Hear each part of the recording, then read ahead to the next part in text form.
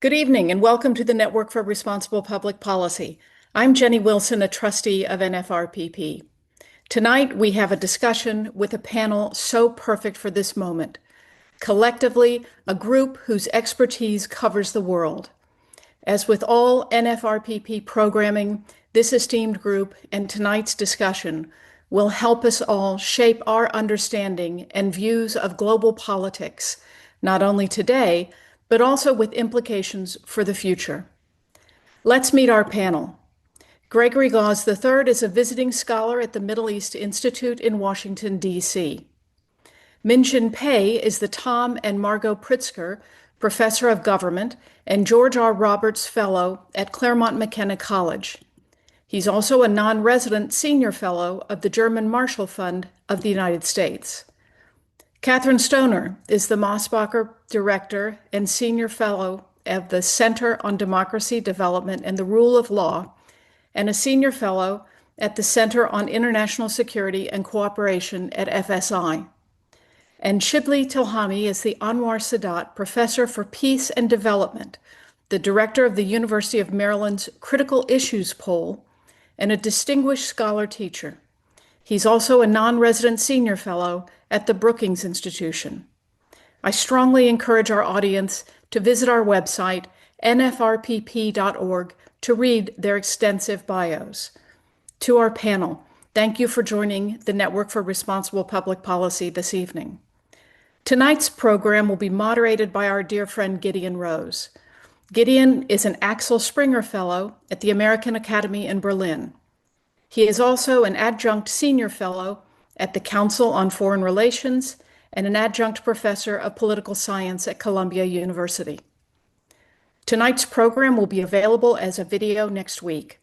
You can find all our past videos on our website and our YouTube channel. And as always, we invite your questions. Please use the Q&A box and our panel will respond later in the program. So Gideon, let's get started. Thank you very much, Jenny. Thank you, Stephen, for the tech support. Thank you, Rhoda, and everybody at the NFRPP for the platform. And thank all our wonderful guests who are great people, great experts, and dear friends. So as everybody knows, the world is going absolutely crazy these days. And the first thing, and everybody's really interested in trying to figure out what is happening, what will happen next, what the consequences will be. The first point to make is that nobody knows nothing. Okay, we are in uncharted territory in various different areas. Basically, we have great experts who are slightly more able to tell us something that's not stupid or trivial than everybody else. I'm going to get to a question first, and then I'll get off and re-sign on back on so that makes it work. Greg Gause, what the hell is happening in Iran and what happens next? So what do we know and what do we not know? What we know is that the worst case scenarios from the American-Israeli attack on Iran have not come to pass. The worst case scenarios in my mind would have been a massive Iranian response, not so much against Israel, which the Iranians don't have an effective way to counter, but rather against American and Gulf Arab interests, oil interests in the Persian Gulf itself. I thought that the worst case scenario was the Iranians, in order to try to raise the costs to the world of the Israeli and then American attack, would strike at Gulf oil facilities. They had done this before in 2019. The Iranians struck at the most important Saudi oil facility, which processes 50% of Saudi oil production, which is 5% of world oil production, in an effort to break out of President Trump's maximum pressure policy in the first term. I was afraid that the Iranians might try to do that in even greater, with even greater damage to the oil facilities on the Arab side of the Gulf. Again, to impose costs on the world in the hopes of bringing in other actors to try to buffer the American-Israeli attacks and negotiate some kind of international agreement on this. That did not happen. Clearly, the Iranians responded in a very measured and mild way against the U.S. base in Qatar, warning the Qataris before they did it It was a very theatrical response geared for the domestic audience, not the international audience. So the worst case scenarios out of this, a real international economic blowup, did not happen. I think we can safely say that the American-Israeli attacks have set back the Iranian nuclear infrastructure. How much, we do not know. And the scary thing is that having the President of the United States declare that the American attacks obliterated the Iranian nuclear infrastructure means that we will not be able to trust the American intelligence agency's assessments of what the results of this attack are. So wait, Greg, are you saying in the old days we couldn't trust U.S. comments on Middle Eastern nuclear programs because we thought they were being hyped? And now we can't trust the American intelligence community's assessments of Middle East nuclear programs because they're being downplayed because that's what the boss wants to hear this time? Yes, that is what I am saying. Okay, I want everybody to think about that just for a second. I happen to agree with it, but it's such a striking example. Not only can we not trust the official word of the United States, already for those of us who used to actually think you could do that, it's kind of sad to live in that world. But now we know that we can't even consistently figure in a particular type of bias. We just have to assume that it's whatever the boss wants to hear, whether that's hyped up like the Bush administration or hyped down like the Trump administration, which means that unlike when we had the Biden administration offering intelligence on Ukraine, now we're literally in the exact opposite and nobody knows anything and nobody can trust anything Washington says. That's kind of scary and we'll play that up. But what happens next from here, Greg? I would assume that the Iranians would like to get back into negotiations. They have indicated that much. I think that the Gulf Arabs would like the United States to be in negotiations with Iran. We can get into this later, but I think the Gulf Arabs, the oil producers in the Gulf monarchies, have a very different view of Iran these days than they did during the first Trump administration. And I also think that the United States, while it has an interest in this, the president just recently, today, in fact, said, we don't have to negotiate with the Iranians because we obliterated their nuclear facilities. So I assume that we will get back to negotiations, but I'm not sure what the path is.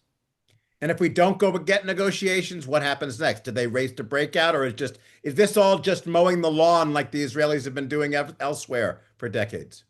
I think that the Iranian regime, because it's not going to fall from power as a result of these attacks, has an enormous incentive to race to breakout. I don't know what their technical and infrastructural capabilities are in the wake of the attack. And that's, to me, the big question mark. Okay, thank you, Greg. Shibley, I'm going to go over to you. Two things. One, do you have anything to add or challenge on the Gulf front? But also give us an update on what's going on in Gaza and how where things go forward from there. First, on the Iran front, no, of course I don't, and I think Greg is a great expert on that, and I agree with him on these things. The one thing that I would add is that honestly, the question about breakout is going to be a function of how Trump handles it. If this message that he sent now, which is essentially the nuclear issue is now off the table. I mean, this is basically what he said at NATO. This is unusual because he just said basically we obliterated, no need to negotiate that. He wants to negotiate with Iran.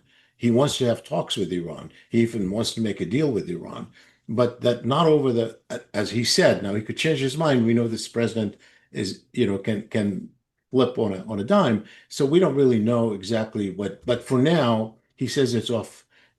The real measure, I think, in the first few weeks will be whether Iran withdraws from the NPT.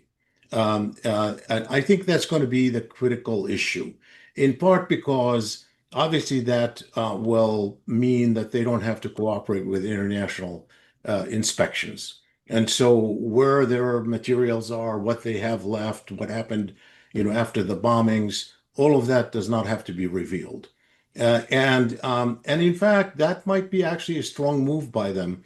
Even if the U.S. insists that they get back to it, they will be in a stronger leverage because the pressure will be, they will give that as a kind of a big card that they have in their hand rather than, threatening to withdraw.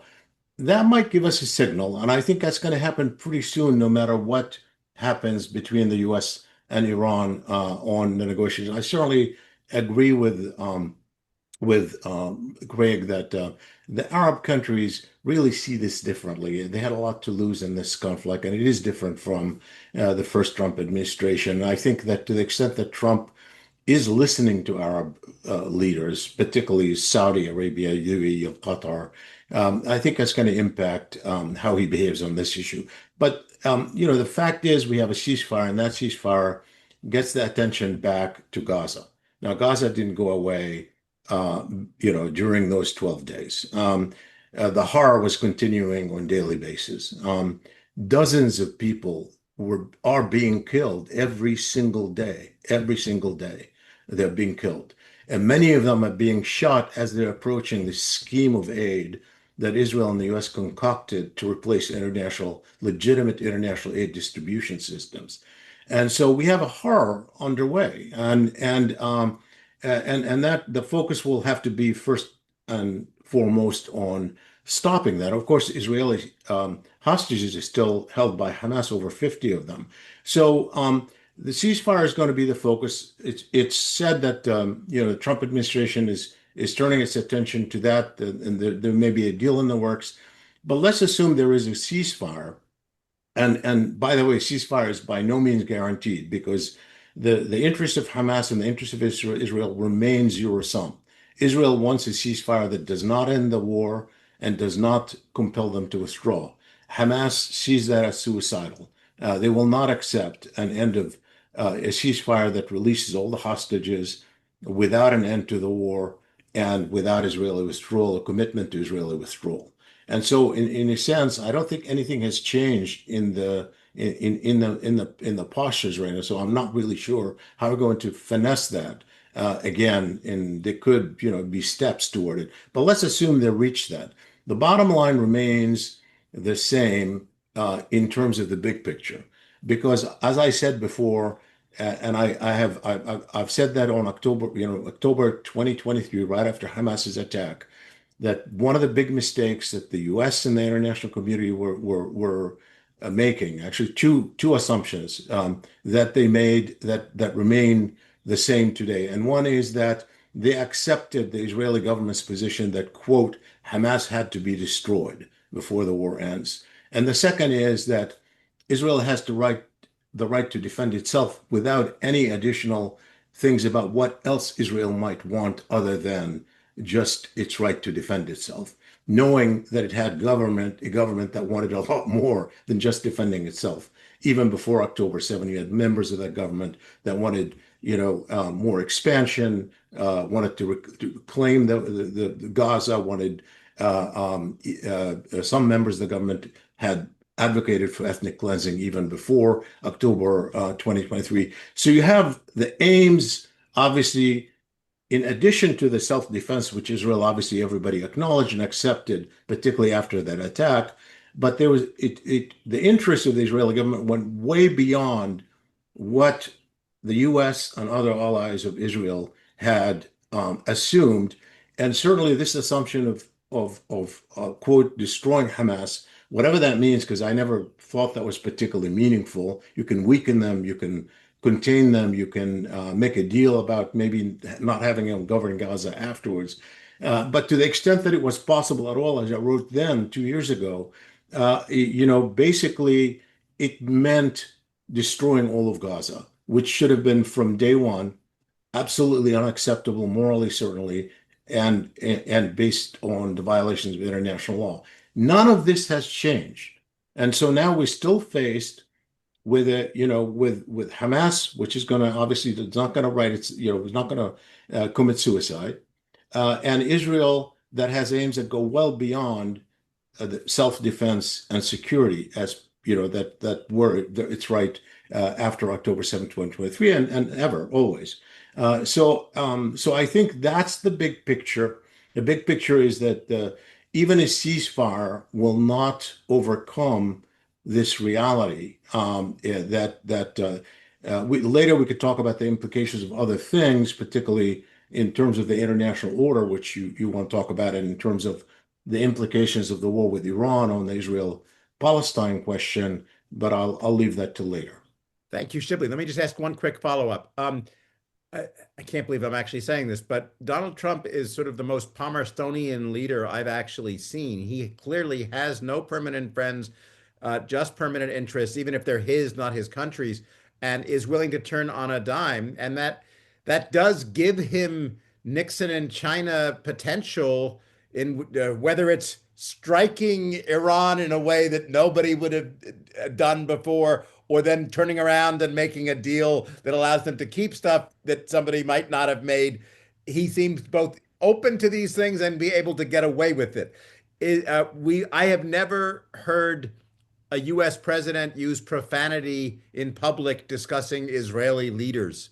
And he clearly has not signed on. It almost seemed like he had signed on entirely to the Netanyahu Likud agenda at this point, as he is starting to maneuver the world himself and feel his oats. And he's recognizing that Israel's interests are not synonymous with the U.S. interests, and the Netanyahu's interests are not necessarily synonymous with Trump's interest. Is there a chance that that Trump could turn on the government in Israel in a way that nobody has ever thought possible? Yes, but with caveats, and let me tell you why I say that.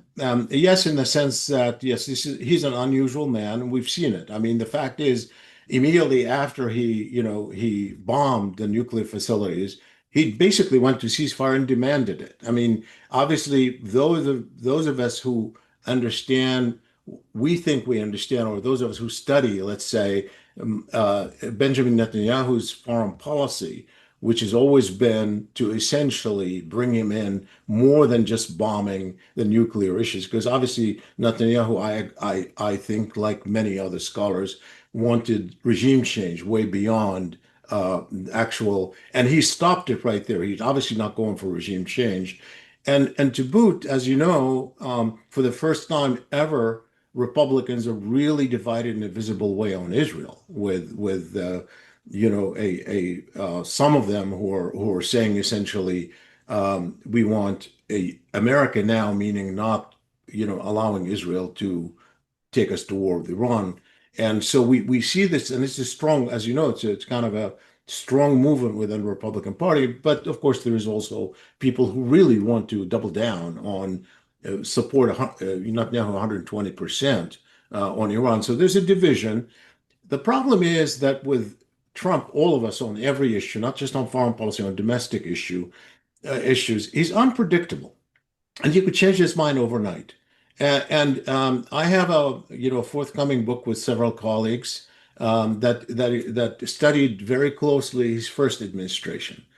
And what comes out is very clear. He's very volatile individually, often not very well informed about facts. And to boot, as my colleague Fiona Hill termed him, exquisitely manipulable. And that exquisite manipulability, it's hard to know who's going to have the right say with him. And so, yes, I mean, in theory, he's unpredictable enough, volatile enough, independent enough to actually do something totally unexpected and accidentally even do the right thing. But there is a lot of chance for all the wrong things to happen. Thank you.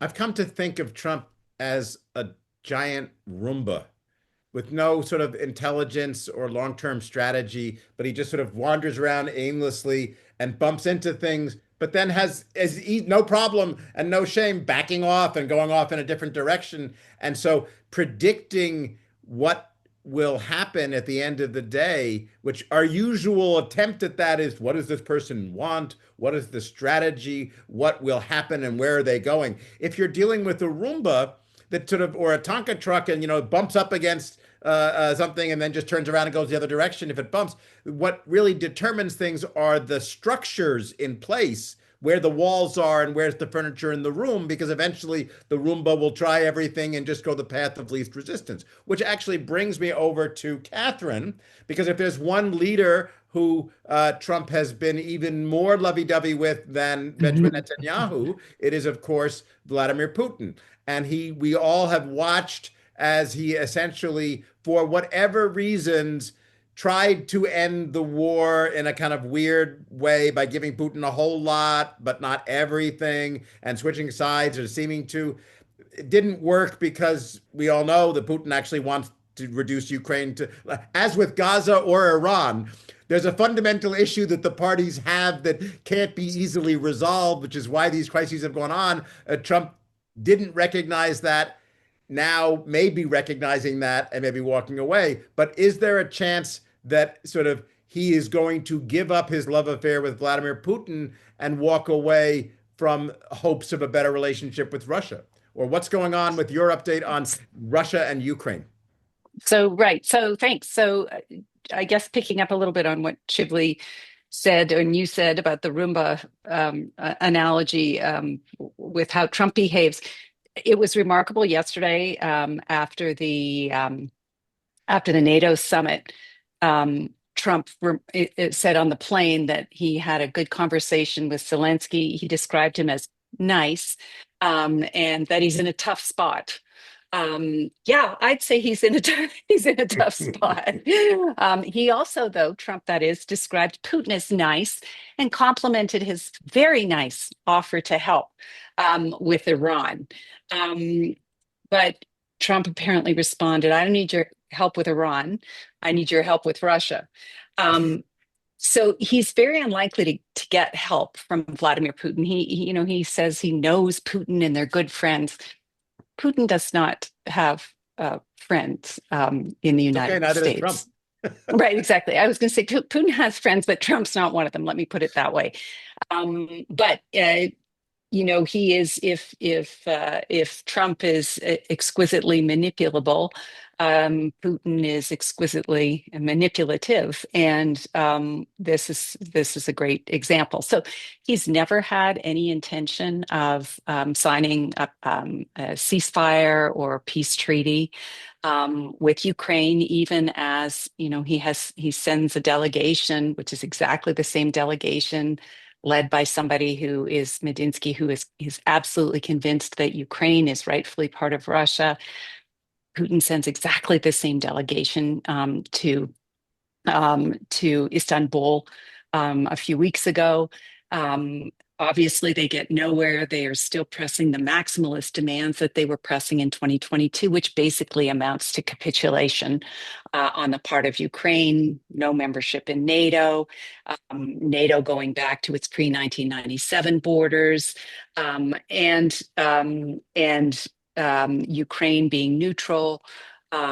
Ukraine also not, they're attempting to join the European Union. That's a newer demand. And it sort of flashed first by Medvedev, and you might remember that he was once president of Russia and also long prime minister of Russia, and is now sort of a drunken guy who sits on the Russian Security Council and tweets out nasty stuff. And so he, I think, flies some ideas that the administration. That sounds like half the Trump cabinet. I'm trying to think of an analogy. Maybe a bit Tulsi-ish, but yes, a bit like that. So he said, "Look, we see the European Union as a provocation as well, and as a threat to us." Putin keeps on talking about the need to get to the root causes of the war, his war in Ukraine. And of course, by that, he means NATO expansion and Ukraine moving out of Russia's sphere of influence and into, in particular, the American, but also the European sphere of influence. Now, aside from the NATO summit, yesterday. Last week, probably few people, but those of us who really watch Russia closely might have noticed the St. Petersburg International Economic Forum. It was a bit of a sad affair. It used to be that a lot of um, companies from around the world, big ones from the West, would go and learn about ways they could invest in Russia. There were very few international companies there, but Putin did make an appearance, and he said, and I wrote down the quotation here. And I don't, John Mearsheimer's probably not listening, but this just completely throws him under the bus. Putin says, I've often said that Russians and Ukrainians are the same people. In that sense, all of Ukraine is ours. So this is just last week, less than a week ago, as Trump thinks that he is pushing him toward in a fragile negotiation that he doesn't want to disrupt by imposing more sanctions on Russia. Trump thinks that his really good friend, Vladimir Putin, is listening to him, and we may get a ceasefire. I'm going to venture to say, quoting Putin himself, you're not going to get a ceasefire because right now, Putin is actually, the Russians have started a big summer offensive, and they have been bombing all parts of Ukraine for the last 3 weeks, more heavily than they have in the last 6 or 7 months. The Ukrainians, of course, launched their spider web drone campaign, which was quite clever, using what they have and attacking B-2, the equivalent of B-2 bombers in Russia, which I think was quite a surprise to them. So there's really, people often say, well, how do you think the war is going to end? And I guess the appropriate response is, why do you think the war is going to end? I don't press you see. on that. Let me press you on that, because this clearly has been a disastrous miscalculation on Putin's part. He did not expect to be in this 3 years running with 1 million casualties, an economy that's completely turned into a garrison state, becoming a vassal of China, etc. But he has real problems sort of turning around. Is there anything that's going to happen over time? I know his central bankers are good. I know he's turned military Keynesianism into a way to keep the economy going. But Mhm. can this crazy militaristic strategy of isolation and massive war with massive losses and paying for your soldiers, can that go on indefinitely, or at some point will the economic string run out? I had heard at the beginning of this year that maybe by the end of this year, I don't want to get too excited, but like, can Putin keep playing this same game for another year or two at least? Yes. Shit. And the economy depends, the state of the economy depends on where you're putting your flashlight on the elephant.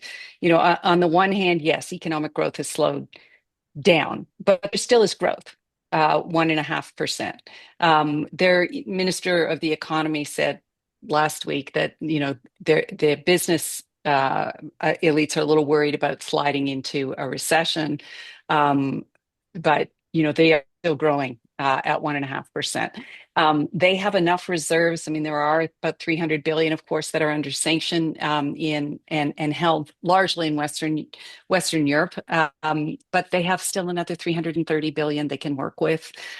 Oil prices have remained relatively high, and the Europeans just lowered the cap. The Russians have found ways of putting oil on the market. Now, the one hope is that the Saudis have, as they did, in the mid 1980s, and there are some people who think this sort of sounded the death knell of the Soviet Union when they did it then, are flooding the market with oil, and so oil prices have come down.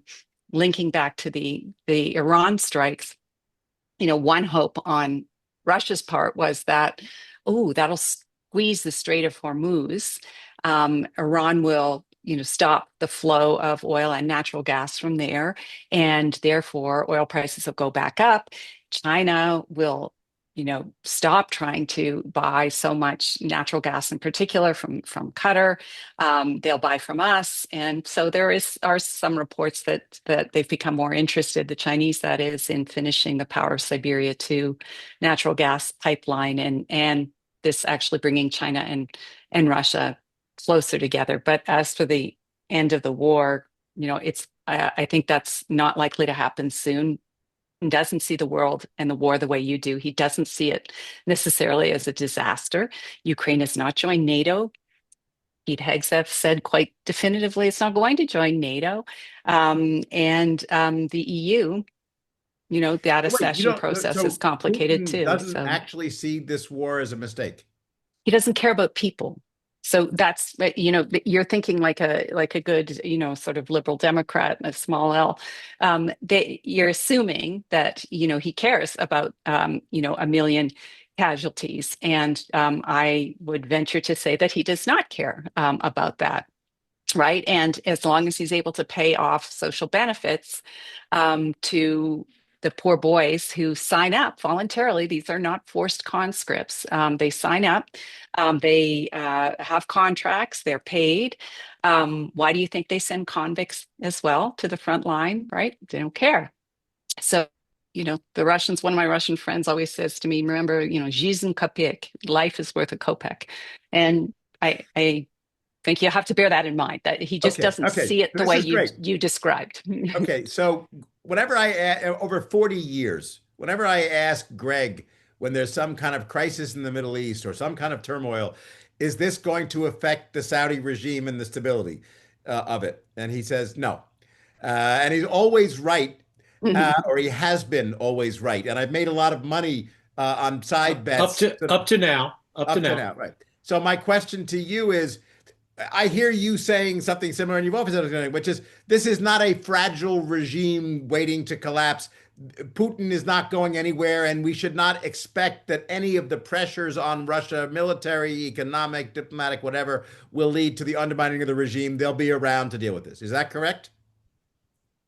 Right. And I think if we're waiting around for some sort of social uprising, that's also not going to happen. And we can talk more about why, but yeah. Excellent. And Greg and Shibli on that front as well, is that same thing true of the Islamic Republic in Iran?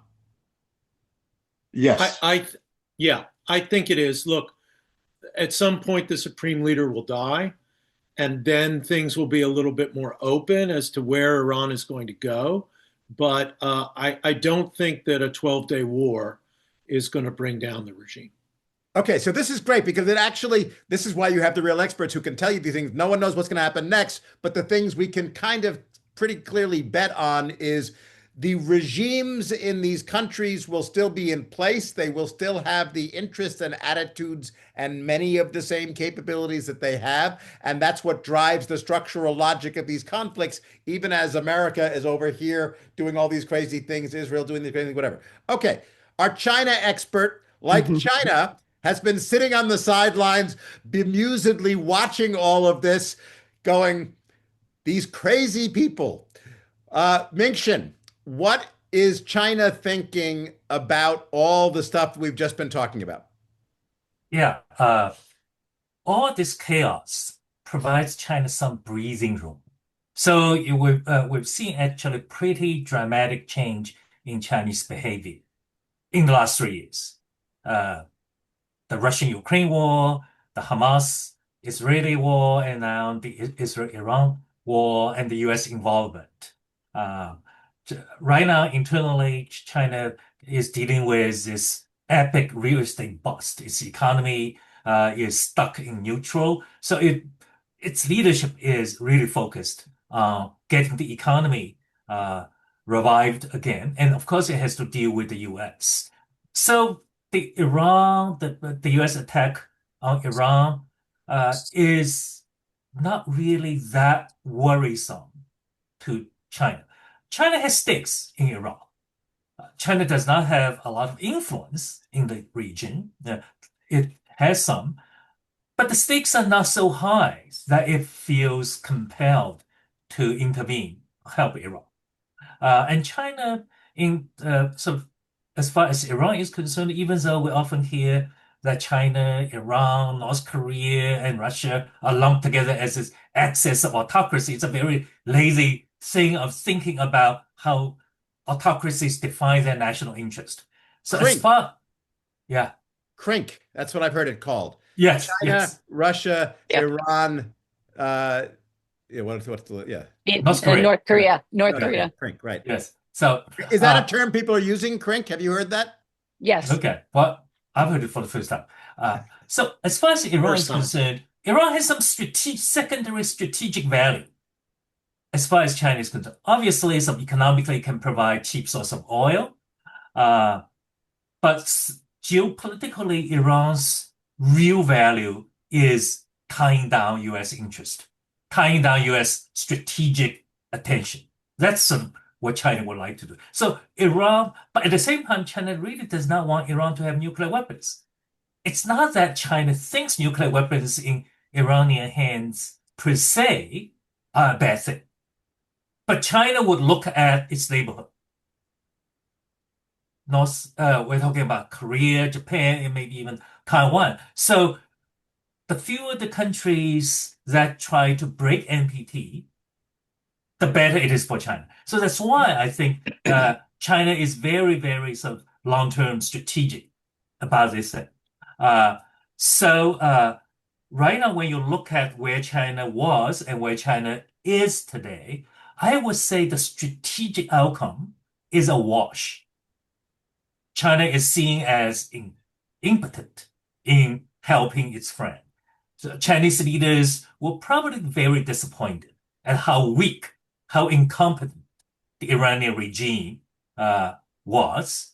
But at the same time, China feels a bit relieved that the worst outcomes did not happen. The How did streak that of apply hope. to Russia and Ukraine? I was thinking that Putin would have had the same reaction. But one of the reasons, well, he had lots of reasons to want to broker peace and use his close relationship with Iran to do so. One is that it puts him back in to being an important person in international relations and international negotiations. The other is, of course, there was a concern that Russia might come to Iran's aid if it could. It can't really at the moment, short of using nuclear weapons, and obviously he wasn't going to do that in this situation. But until very recently, Russia was somewhat dependent on Iran sending weapons technology, largely the Shahed drones. Russia has since, though, built its own drone factory, big one like the Shaheds, and so isn't as dependent on Iran in that respect, and was undoubtedly a little disappointed that Iran didn't fight back more. Although walking a fine line, because they used to be close to Israel.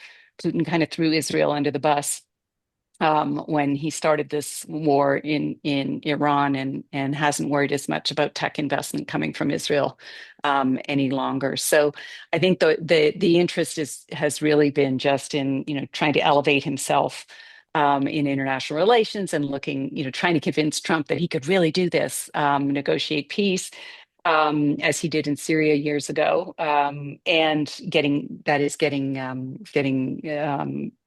biological weapons out.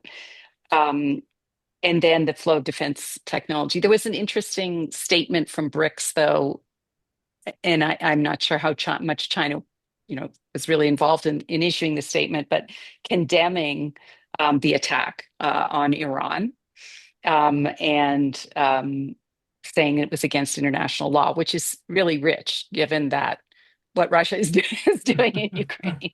Minxin, back to you. What does China think about Russia and its war? Does it agree that this has not been a mistake? Or is it going, why the hell did we do a general partnership with Putin when he was so incompetent and unable to get his way? I think Chinese leaders see this as a mistake. It is unnecessary, as it fundamentally weakening Russia's long-term reliability as a strategic partner. And of course, the immediate outcome, result of the war is that Europe had to break with China because China's support has been supporting Russia. But once Russia has started the war, China really has no option but to stick with Russia, because China has made a long-term strategic bet. They've sunk a lot of investments in this. And if they do not support Russia, Russia gets defeated, then they're completely isolated. So that's why. So how do they view the current situation? Obviously, Russian defeat is, as I say, it will be a devastating strategic disaster for China. So they will do anything to prevent that from happening. The ideal outcome is actually not that dissimilar from what President Trump would like to see. That is a settlement in favor of Russia, which would engender such animosity between Russia and the West over the long term that Russia would never be sort of recruited back into this anti-China coalition in the West. So this is sort of where China sees the war in Ukraine. Okay, Minxin, you come to Washington, and practically everybody in the USG is on an anti. There used to be China hawks and China doves. We went through a long period where the China doves were more in charge. Then it seemed like there was more split. Now you go to Washington and it's hard to find a China dove anywhere. Everybody is super hawkish. And the only question is, when will they attack and how much do we have to do to build up? So, I mean, right now, the U.S. seems to be repositioning itself for a long-term major Cold War with China, hoping that it will be a long-term Cold War rather than turning into a hot war in 2027 as soon as they have the ability to strangle Taiwan. So my question to you, is this near consensus hawkish view of the USG actually accurate, or is everybody building up China into this big aggressive power that it actually isn't? Do we have to worry about a Taiwan crisis added to all the rest of these? Yeah, I think based on what I have been reading, the kind of talk about China's military strategy for Taiwan is sort of what I call unilateral thinking, because it does not take into account how China sees the upsides and the downsides with regard to Taiwan. For Chinese leadership, Taiwan is a headache, but it is not something that causes a heart attack. They have to deal with it. They've been living with this headache for since 1949. They would like to get Taiwan cheaply, but they're not going to bet China's national survival on this island, which is now moving away. Okay, but wouldn't you have said that about Ukraine and Russia 3 years ago, too? But it's different because I think the Chinese, I think first of all, I think what happened to Putin because of the war in Ukraine taught China a very powerful lesson. That is, these things are difficult. You just do not pull the trigger very lightly. So China has its own way of dealing with Taiwan because the regime survival is very important. And you look at China's use of force traditionally, it's been actually a lot more calibrated than people would think. In the case of Putin, I think he evidently thought it would be a cakewalk. But nobody in China would see occupying Taiwan, attacking, landing tens of hundreds of thousands of troops in Taiwan with American intervention is a cakewalk. So but this does not mean that they are not making military preparations, because their military preparations are really designed to deter Taiwan. And there were some Taiwan's friends in the U.S. and said, well, they are weak, so Taiwan can do whatever it wants. So China is actually navigating a very difficult course. It wants to build its military force to develop deterrence, but at the same time, the very things China does is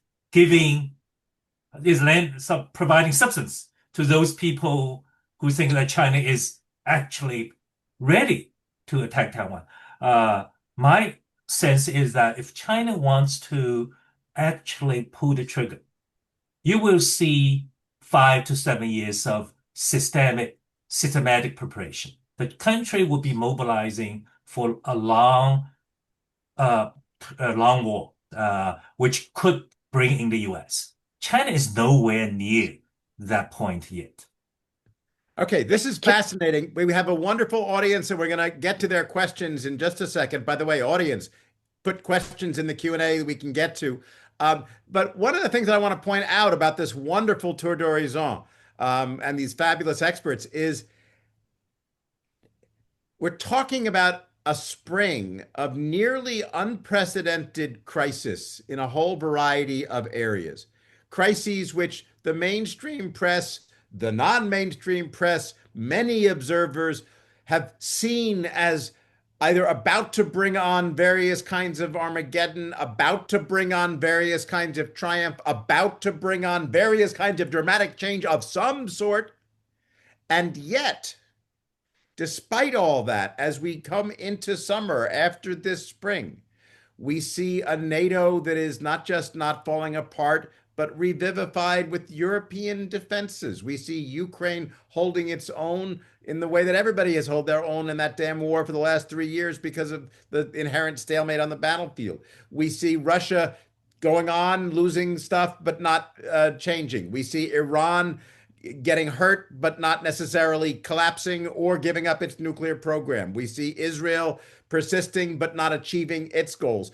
And what I'm struck by is, after listening to all of you guys, the world that will go on from here looks a lot like the world that we came into this spring with, compared to the dramatic supposed changes and shocks to the system that everybody was talking about and expected. So with that, I want to take it to our audience questions. And the first one will be for you, Shibley, but also for you, Greg. Was the war on Gaza all about oil? No, I mean, honestly, obviously when the Israelis went to war in Gaza on October 7th, it was after the Hamas attack that Hamas undertook against Israel on October 7th. And clearly the massive reaction, the timing of the reaction was very much tied to that. It was a horrific attack. They suffered a lot. A lot of hostages were taken. No question that that's really what mobilized Israel. Even if they didn't have expansionist, ends, or even if some of them weren't wanting, ethnic cleansing, still most people, Israelis rallied, including the people who support peace. So the timing of it had to do with the attack. Now, obviously, as I said before, if you look at what this right-wing Israeli government, the far right, the government of Benjamin Netanyahu, what he has wanted, but especially very influential members who are essential to his coalition, have wanted, had gone way beyond. They've been advocating Israeli settlements of Gaza because they've precluded the idea of a Palestinian state in the West Bank and Gaza that much of the international community was supporting.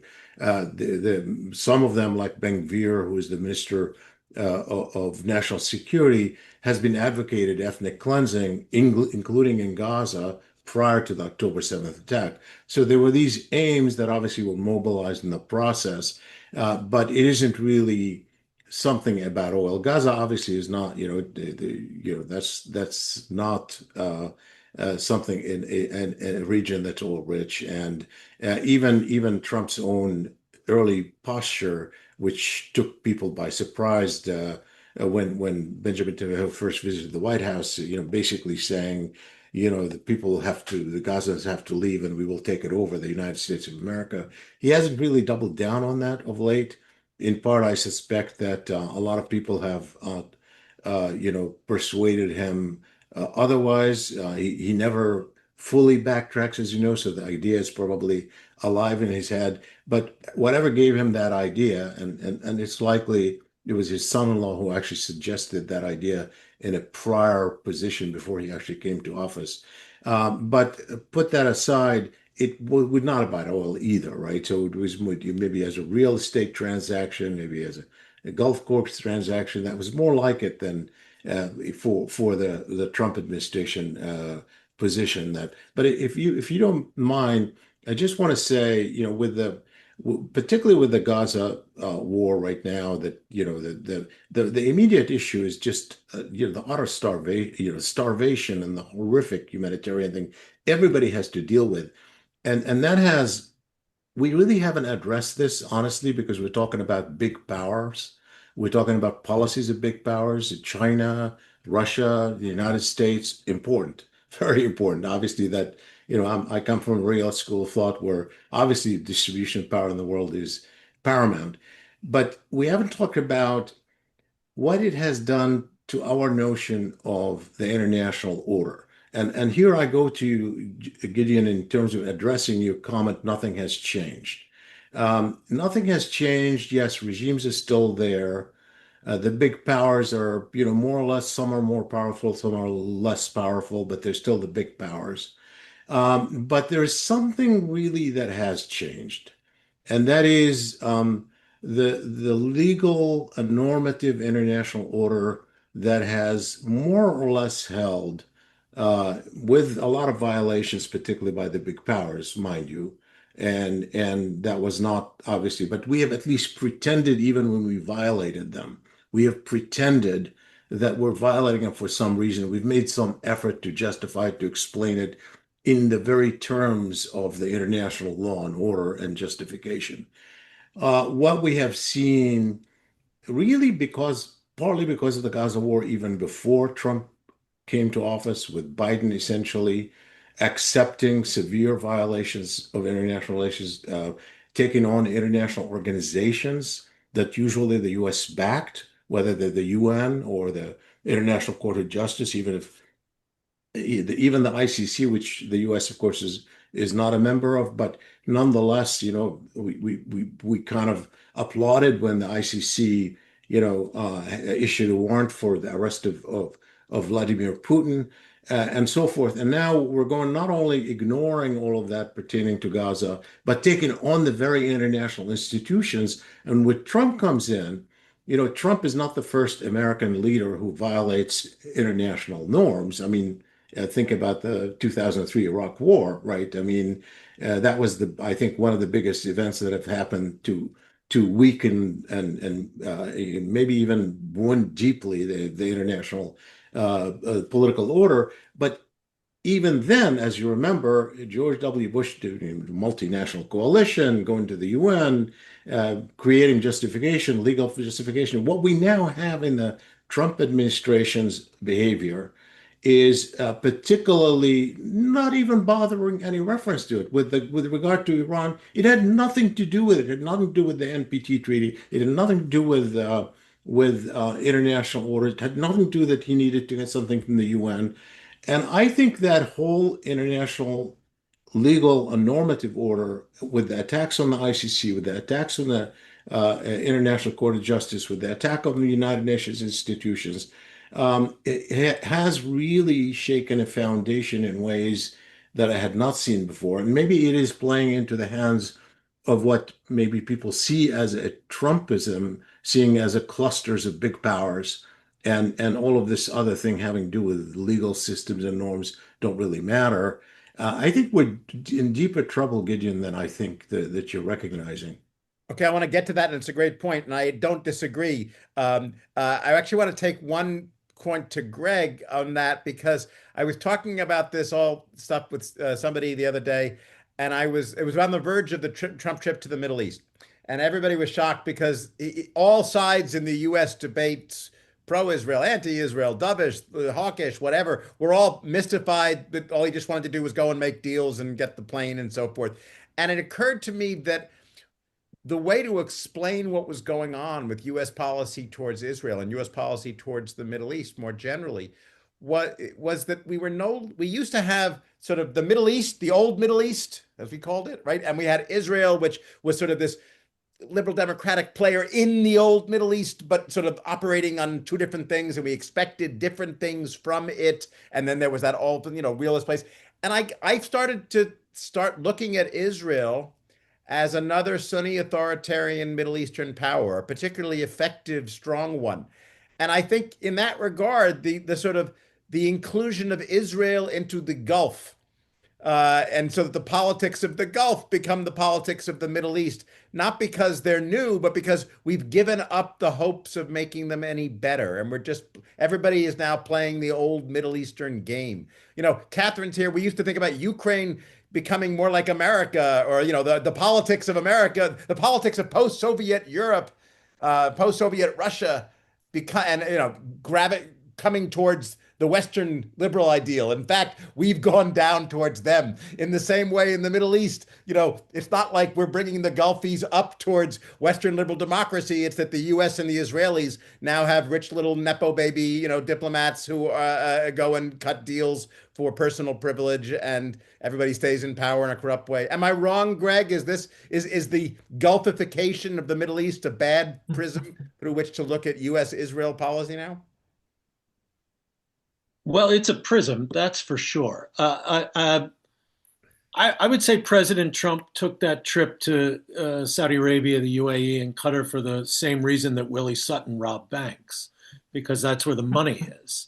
These are countries with vast sovereign wealth funds, and President Trump has always considered that the business of the American president is to bring money into the United States and to bring money into his family.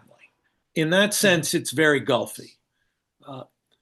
I actually think that the way to view Israel now is less as, joining the Gulf parade of politics, and more just moving away from that liberal democratic tradition that the United States always kind of counted on. I think one of the reasons that the United States' effort to organize the Middle East in the post-Cold War world failed, the Clinton administration failed to get the peace deals with Syria and the Palestinians, and then the Bush administration failed to secure regime change in Iraq and Afghanistan that would lead to stable, peaceful, pro-American states at peace with Israel. And the Obama administration failed in their regime change plans in Libya to at least get some kind of stable post-Gaddafi regime. I think that one of the reasons the United States failed is not because our military power was insufficient, but because we didn't have enough elites in the region who signed on to our program. We didn't have enough elites in the region, as we did, say, in Eastern Europe after the collapse of the Soviet Empire, who signed on to an American project, kind of a liberal capitalist project. It was a European project, though. It's not an American project. The EU I think it was part of that. I think it was American and European. And Israel has actually moved away from that project. In that the liberal part of that project was self-determination of nations, and the Palestinians would have to get a state. And I think that was something that American policymakers had come around to, right? In Bush 41, Clinton, Bush 43 actually said it publicly. Obama went into office basically advocating for it. And the Israelis have just moved away from it. And I think that it's a recognition that all around the world, that program that America was selling in the post-Soviet, post-Cold War period has not gotten enough uptake. Okay, this is great. We could go on for another minute. I want to get back to more questions. Quick one to you, Greg. With regard to future actions the U.S. will take towards Iran, do you think the congressional authority aspect of things will figure into the equation at all? No. Yeah, I don't agree either. I would say no as well. And this goes to what you were saying, which is I've come to think that the liberal and rules-based and procedural aspects of the liberal order at home and abroad are basically, past their sell-by date. But the fundamental structural bargains of consensual hegemony, with the United States providing collective goods for security and the economy, still seems to be there, and other countries are still buying in on that, essentially not balancing soft or hard, at least, the major ones. So we're gonna be in this weird world that looks a lot like the same building we've been in, but has a very different feel. The marriage partners are no longer married, but they're still living in the same apartment because it's too expensive to move out. But everybody is looking for themselves and living for themselves. Minxin, is there an alternative order that the Chinese are putting forward that can actually displace this at all? Catherine's shaking her head. I am too. No. But what about you, Minxin? Do you think they are? No, I think well, China has a very specific vision of world order. That is, in East Asia, it should be the hegemonic power. That is, the U.S. has absolutely no business interfering in its neighborhood. And then moving to the global stage, China does want to see a multipolar world because China strongly believes that power has now been so sufficiently widely distributed that the current international order does not reflect the underlying distribution of power. So that is why China per se does not have the capabilities. China does not have the allies. China does not have a good narrative to you do need a good story to convince the other people that what you propose is in their own interest and is just. I think the problem with the order that is dying is that the ideological foundations, the idea of the rule of law, the idea of equality, the ideas of non-use of force, sovereignty, these ideas are not being respected by the most powerful states. Okay, question to all of you. We have some questions here on tariffs. We haven't talked about tariffs. Who wants to sort of say something briefly? We had a weird situation in which Trump launched an economic war against the entire globe and threatened to tank the entire global economy unless everybody paid him tribute. Then he backed off a week later, but leaving it somewhat higher and doubling down on China. Then he backed off a lot on China. It's still up in the air. We've all known about the taco trade, that Trump always chickens out. What is going to happen going forward with tariffs? Quickly, anybody want to take it? I'm Canadian as well as American, so so I can just say that um, I didn't think it was possible for the U.S. to make an enemy out of Canada officially. I mean, Canadians sit up there feeling far superior to Americans in every way, generally speaking. But now they're actually shopping that way. So I can't even get my sister to come down here to celebrate her birthday. She said, "I'm sorry, I am not traveling to the United States at this time." And a lot of them are even selling, those who have properties in Florida are selling them. And again, if you've ever gone through a Canadian winter, you'll know that that is a real statement because snowbirds like to go south. This has been just a silly thing for Trump to have done with Canada and with Mexico. I think actually the new president of Mexico, the prime minister, and the new prime minister of Canada have handled this quite well with Trump. But the only people that this is going to hurt or is in the end, it's going to be workers in the United States who make cars and factories that need steel from Canada, and so it's just so incredibly self-defeating in a number of ways.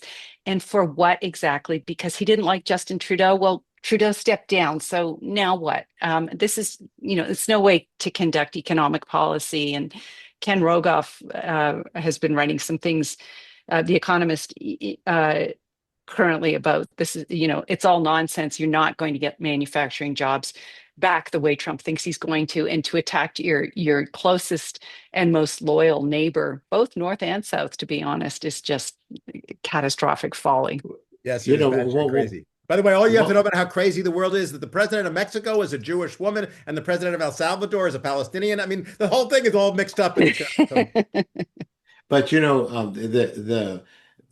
for me as an IR person and looking at the bargaining, looking at it from somebody who studied bargaining and understands what it's like, not as good as a bargainer apparently as Donald Trump is, but you don't, if you're using a tariffs of any other issue that you want to negotiate bilaterally with one country or two countries, and you're more powerful, you can play hardball, and you probably will prevail a little bit. They might meet you somewhere in between.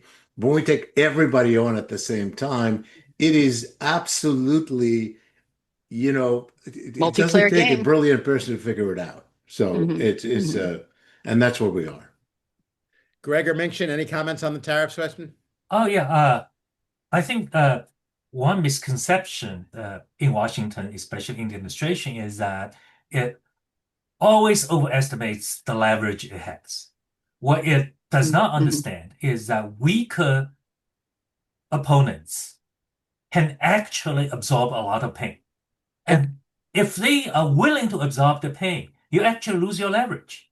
Like So I Russia, think with sanctions for that matter. sanctions. Yeah. So this is actually what China learned. I mean, China is being hurt really badly by the trade war, 55% whatever tariff.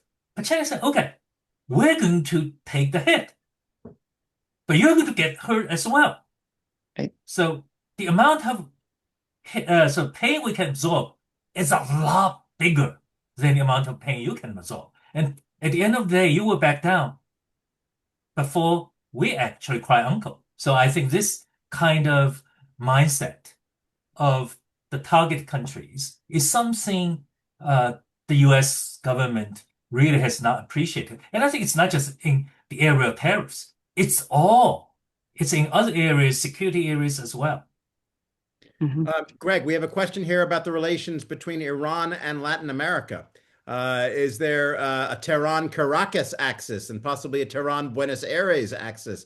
Does any of this stuff that we've been talking about play into Western hemispheric politics? So Hezbollah had connections in Latin America through the Lebanese Shia communities in a number of countries.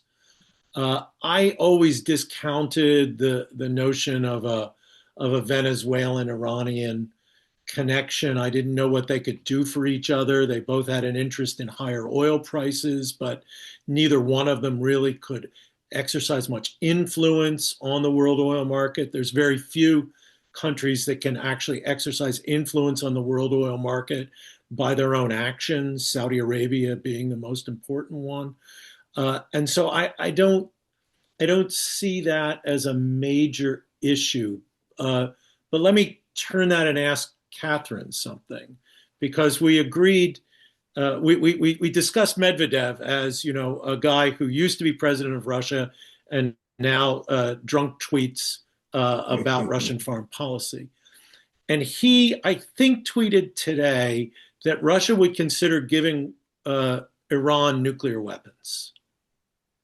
Yeah. He, So I he think didn't actually say Russia. He didn't actually say. He said some people are lining up to offer them nuclear warheads. So Some he people are didn't saying say this, but yeah. Which place does he know better than Russia? so I think that might be drunken Dima. Just making, he has said a lot of really provocative things on his Twitter account, and it's actually quite incredible because you might remember him, and the audience might remember him from the hamburger summit with Obama, and they accomplished so much together over the reset, and this just seems like a completely different person. And so there are a lot of jokes that he's obviously this is all for self-protection, and that he has a very serious alcohol problem. So both can be true. Russia has no interest in Iran having nuclear weapons either. They're much closer, and they don't really have a huge interest. They want to trade. They want Iran to buy things from them, and they want other countries in the Middle East to buy things from them, and they want to coordinate on oil prices and gas prices. They get along with Saudi Arabia, they get along with Iran, they were getting along with Israel too, and so they have zero interest in Iran having nuclear weapons. It could be that he's hinting that North Korea would line up to give them what technology they have, but North Korea doesn't have doesn't have a bomb yet. But on that point, let's talk the weird linkages. Iran, Latin America, Russia, North Korea. First time Korean forces have ever fought in And the European theater, I believe. Is that true in all of North world? Korean, and they're going to. And I just read in the a Russian source today that there may be some more going into fight in Ukraine. Okay, so Minxin and Catherine, tell us about whether you had North Korean combat troops in Ukraine on your bingo card. Not for me, but I think China does not like to see this development because what the North Koreans have done, what Kim Jong-un has done, is to really sort of give China the middle finger. That is, now I have options, and we don't. The sort of long-standing aspiration of Pyongyang is to free itself from China. And finally, Putin's war delivered this golden opportunity. And because once a well-equipped North Korea can be less dependent on China, then it can do a lot of crazy things. And a lot of these crazy things can actually be very harmful to Chinese interests. That's why I think, but of course, China really cannot do a whole lot in this particular situation. By the way, just think of some of the craziness of this. Who is the better? Okay, we were all surprised when the beneficiary of the U.S. war against Iraq turned out to be Iran. Okay, you have a situation in which the U.S. war, the Israeli war against Iran benefits Ukraine. Who's the beneficiary of the Russian war on Ukraine? North Korea. This is like mind-boggling, batshit crazy stuff. I'm sorry to use such technical terminology, but I mean, it shows that this system is really kind of nobody can. It's funny because we're not in multipolarity yet, but we're also clearly no longer in unipolarity or pure hegemony. And we're not in the liberal order or the rules-based order, but we're not out of it.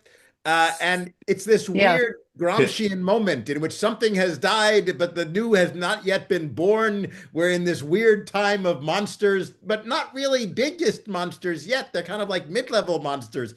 And everybody is sort of puzzled. It's very. Can I say something though about particularly about the Iran aspect and the nukes that you were talking about?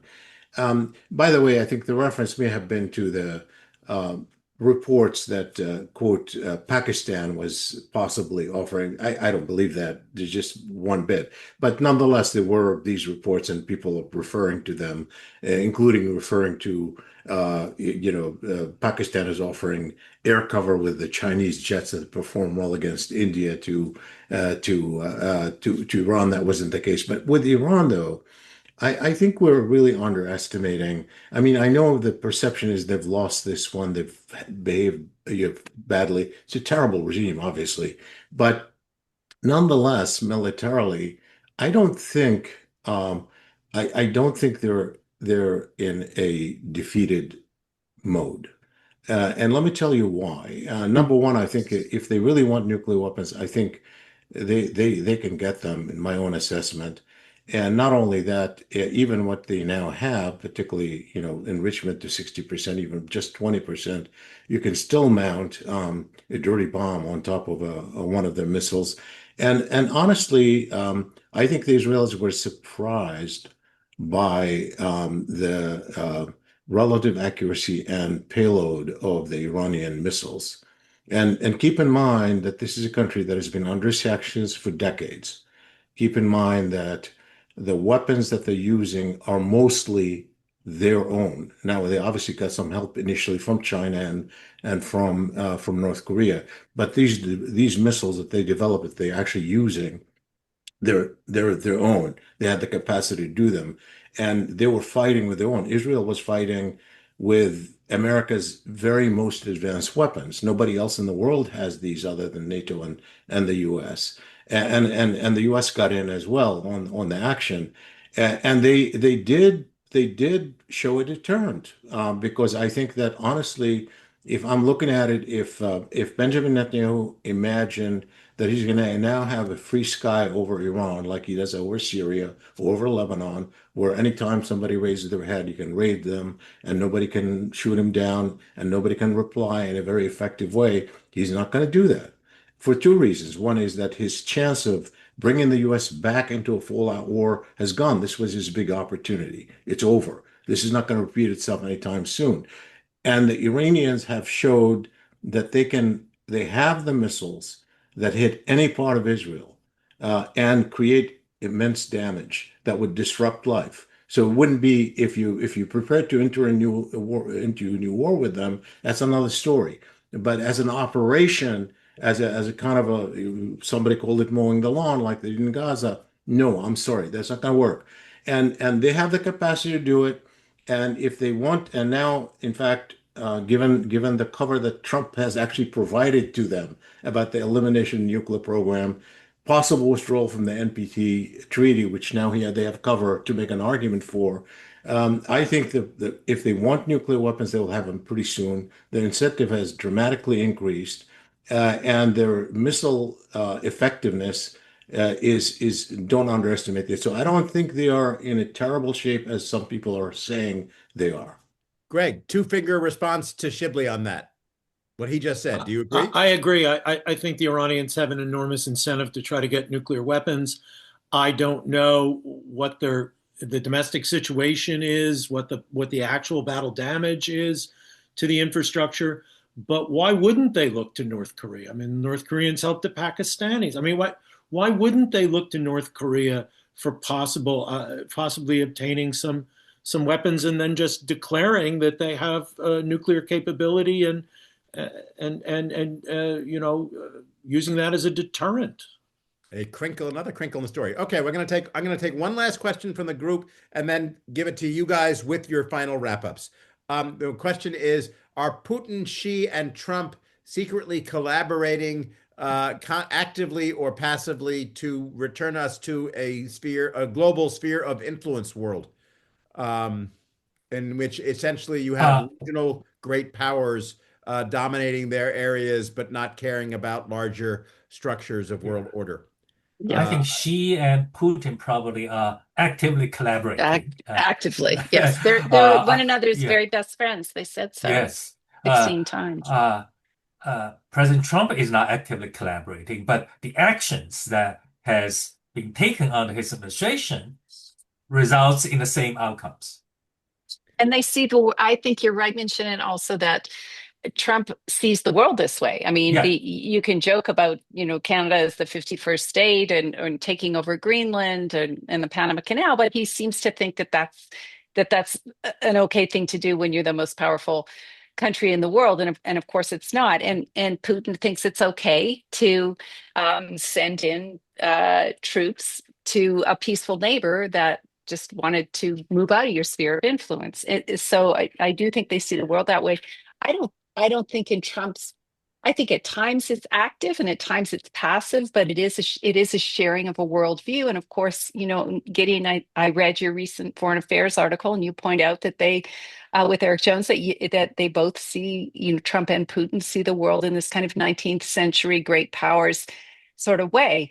The Russians believe themselves to be a great power. And I would also, referencing my own work, urge you not to just look at Russia's military or economic power, but also its covert power, its ability to disrupt things, and to use energy flows and the ability to move other people's energy around, and the willingness under a harsh personalistic autocracy to use that power is what makes Russia dangerous, and I do think we're actually in a multipolar world. Now, that said, I don't think the liberal idea is completely dead, so I'd love to return to that as well.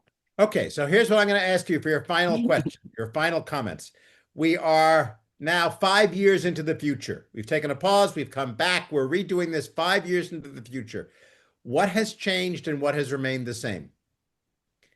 Greg, you're up. In your respective areas.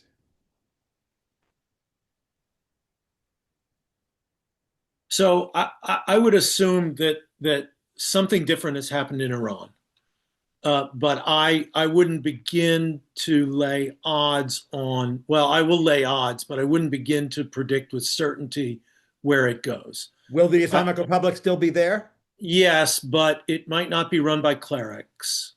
It might be run by. Explain. It might be run by military people. uh, I thought they were all killed. well, they got plenty coming up the ladder. Or there could be some major mobilization that occurs with a split in the elites. I would assume that we would be dealing with a different Iran, but I don't think it would necessarily be an Iran that would be more friendly to us or more cooperative with what we're doing. I also think that we're going to be dealing with an Israel that will be less cooperative with the United States as well. Will Saudi Arabia have nuclear weapons? I think that if Iran has nuclear weapons, Saudi Arabia will have nuclear weapons shortly thereafter. Really? Yeah, Buying them from Pakistan or what? No, I don't think the Pakistanis would sell them to them, but I think that there are other parties that might, and the Saudis are starting to get serious a bit about their own domestic nuclear capabilities. I think the Turks would want them as well in that situation. Shibley, 5 years. I don't think you can decouple what happens in the Middle East from what happens internationally, because we've seen the dependence of what happens in the Middle East and what happens internationally. I think the biggest thing, obviously, China is going to be more powerful in relative terms, even toward the United States than it is now, in my opinion. I think they're the biggest beneficiary of the disruptions that are happening right now, ultimately. I think that the biggest surprise may be that the EU finally breaks independent from America, and that what we're thinking of now as NATO becomes really Europe. And there's a good chance of that happening if they, in fact, use their increases that are being imposed on them on military spending to develop their own independent militaries. And if they do, as a power of EU, the big power that is going to emerge will actually be the EU. And to the extent that I agree with Catherine about the possibilities for the liberal international order, EU is the biggest advocate of the liberal international order.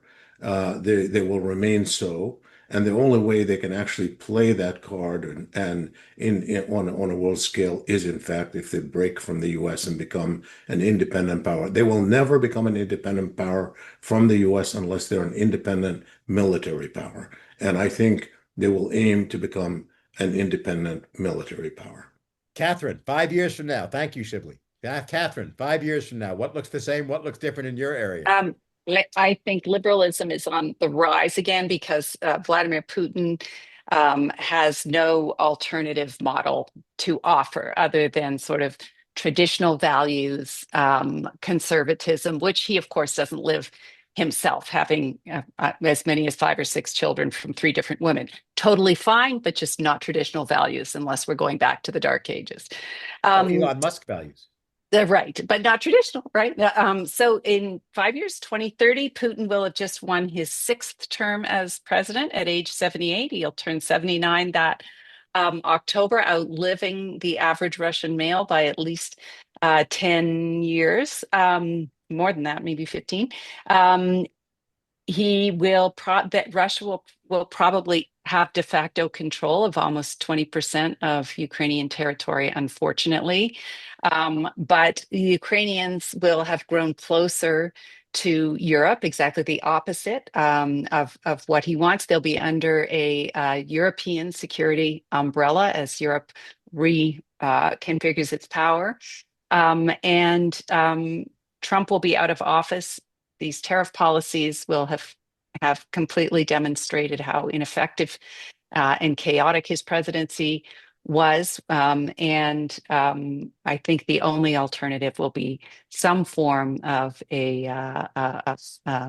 resurgence of liberal democratic order. We were asked to be a little bit positive, so there you go. Good. Minxin, you got to believe. 5 years. What's your? Okay, 5 years. I would echo what Catherine has just said. One thing for certain is that Xi Jinping will be sort of serving his 4th term. So he's only a year younger than Putin, so he will be in his 4th term. And so we will have the same cast of characters in these 2 gigantic countries. The second thing I'm less certain, but I'm still very worried about, is that if the US-China fail to stabilize their relationship, put some kind of flaw beneath their security rivalry, we could see a Cuban Missile Crisis kind of situation. Then the third one is that we talk a lot about tech and trade decoupling. There will be a lot of unanticipated consequences. That is, those who think that they have stronger cards to play may actually come to regret the outcomes, because we are ultimately dealing with markets. We are dealing with hundreds of millions of entrepreneurs, and no governments can actually outsmart these people. Okay, this is fascinating. You guys are the best. The situation is awful, but incredibly interesting. And it's been wonderful. I actually, if I had to bet on all this stuff, I would take the inertial bet because I've learned from cynics like Greg over the years that the hopes of the various kinds of optimists and the deep pessimism of the most extreme realists all are probably like overblown, and that there's a highly inertial component to structural factors that keep things largely intact. So I would bet we will be, if we were to recreate this talk in 5 years, in a remarkably similar set, dealing with remarkably similar set of challenges. One thing we didn't talk at all about tonight is AI, which is of course a wild card. But since none of you know anything about it, and I don't know anything about it, and nobody knows what's going to happen about it, I didn't think it was worth spending time. But I think noting that as one thing that could make a difference 5 years from now in ways that are entirely unpredictable as of now is AI. But and also on energy and other kinds of technological change for the good rather than for the bad. We shall see. Thank all of you. Thank you, the NFRPP. Thank our audience. Jenny, back over to you. Thanks to our panel, Greg, Sibley, Catherine, and Minxin, for an important discussion and for sharing your valuable insights and considerable expertise with our audience. This discussion was informative, and thank you for bringing some humor to our dark, uncharted waters. Gideon, thank you for leading another fantastic discussion. We hope you'll all come back maybe sooner than 5 years, if possible. Our next program will be on Thursday, August 7th at 7:30 p.m. The topic is Eroding Ethics, the Fallout from Presidential Rollbacks on Accountability, a discussion about the developing consequences of President Trump's removal of the heads of the various agencies responsible for rooting out corruption and conflicts of interest, including the Office of Government Ethics, Office of Special Counsel, and numerous inspectors general.